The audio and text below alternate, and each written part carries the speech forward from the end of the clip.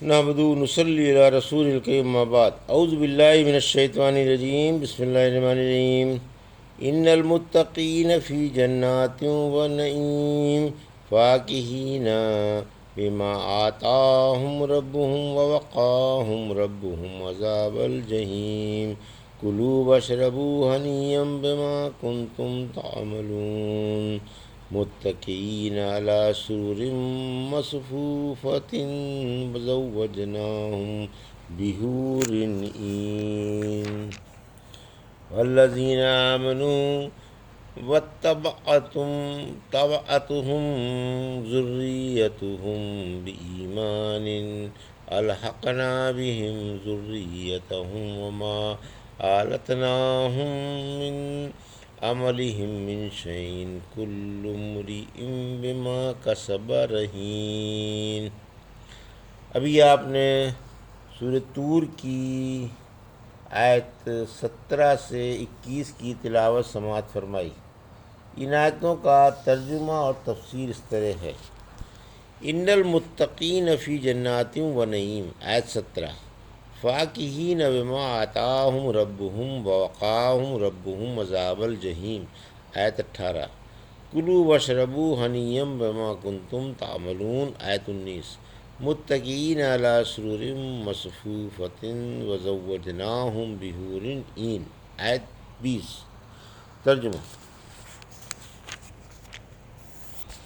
یقیناً پرہیزگار بہشتوں اور نعمتوں میں ہوں گے، اور جو نعمتیں ان کو ان کے رب نے دی ہوں گی ان سے خوش ہوں گے، اور انہیں ان کا رب جہنم کے عذاب سے بچا لے گا۔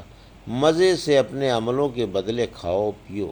یہ برابر برابر بچھے ہوئے تختوں پر ٹیک لگائے بیٹھے ہوں گے، اور ہم ان کا جوڑا گوری گوری بڑی بڑی آنکھوں والی حوروں سے لگا دیں گے۔ یہ تھا ترجمہ سورۃ طور کی آیت 17 سے 20 کا تفسیر۔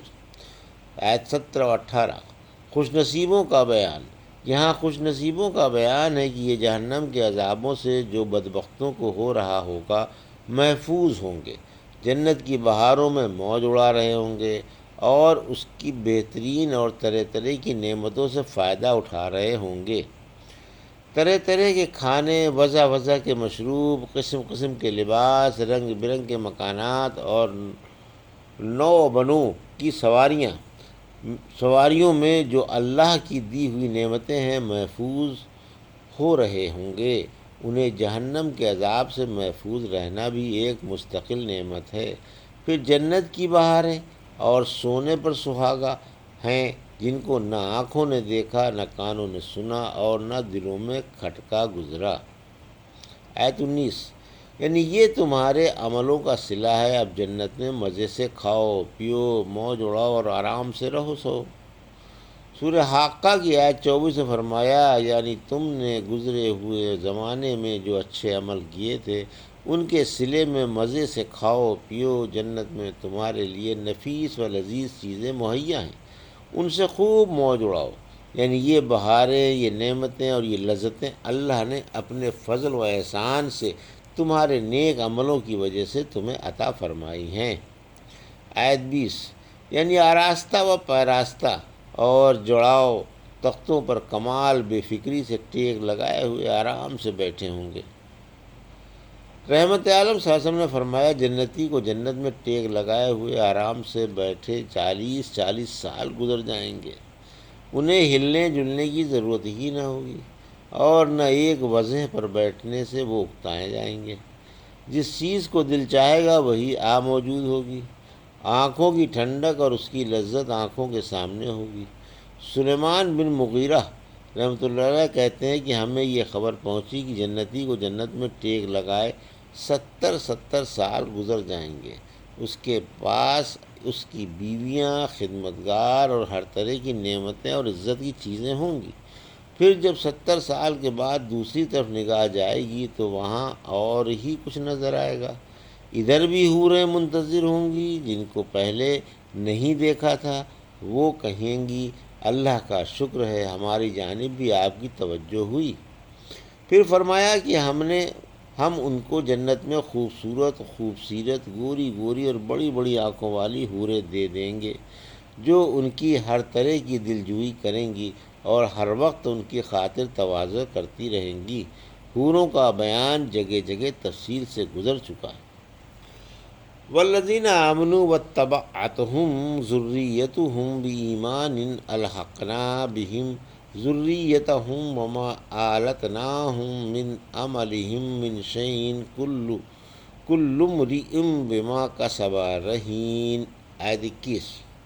ترجمہ: جو ایمان لائے اور ایمان میں ان کی اولاد نے بھی ان کی پیروی کی، ہم ان کی اولاد کو ان سے ملا دیں گے اور ان کے عمل میں سے بال بھر بھی کمی نہ کریں گے۔ ہر شخص اپنے اپنے عملوں میں گروی ہوگا۔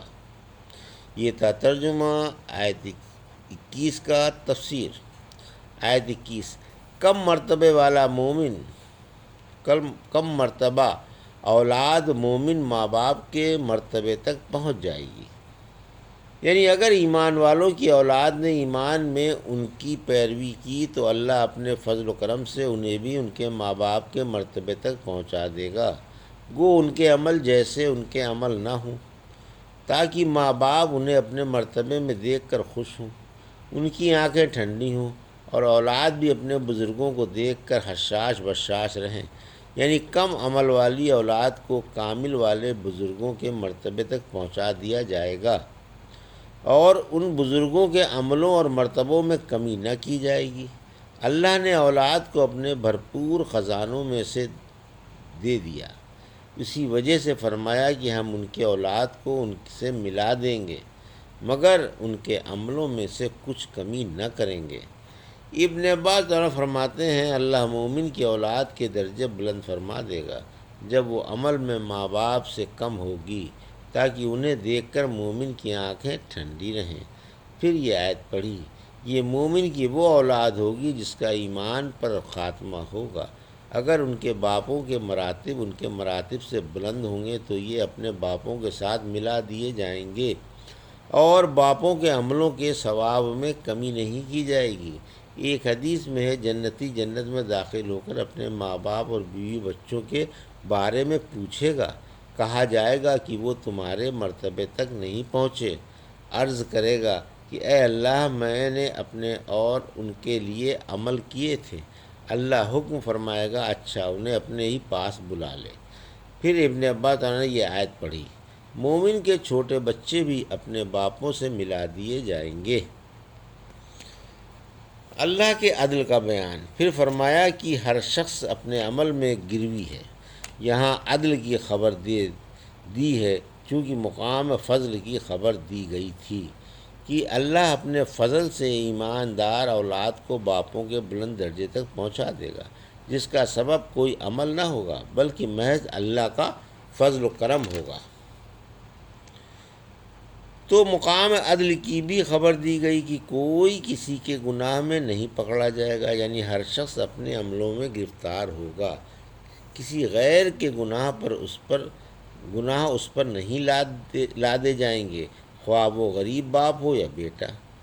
سورہ مدثر کی آیت 38 سے 39 میں فرمایا ہر شخص اپنے عملوں میں گرفتار ہوگا، علاوہ سیدھے ہاتھ میں اعمال نامے دیے جائیں گے، علاوہ سیدھے ہاتھ میں اعمال نامے دیے جانے والے کے۔ وہ جنتوں میں آرام سے بیٹھے ہوں گے، گناہ گاروں سے پوچھیں گے۔ وہ جنتوں میں آرام سے بیٹھے ہوئے گناہ گاروں سے پوچھیں گے۔ یہ تھا سورہ طور کی آیت 17 سے 21 کا ترجمہ اور تفسیر جو ابھی آپ نے سماعت فرمائی۔ بارک اللہ لی و لکم فی القرآن الحکیم ونفعنا وإیاکم بآیات الذکر الحکیم۔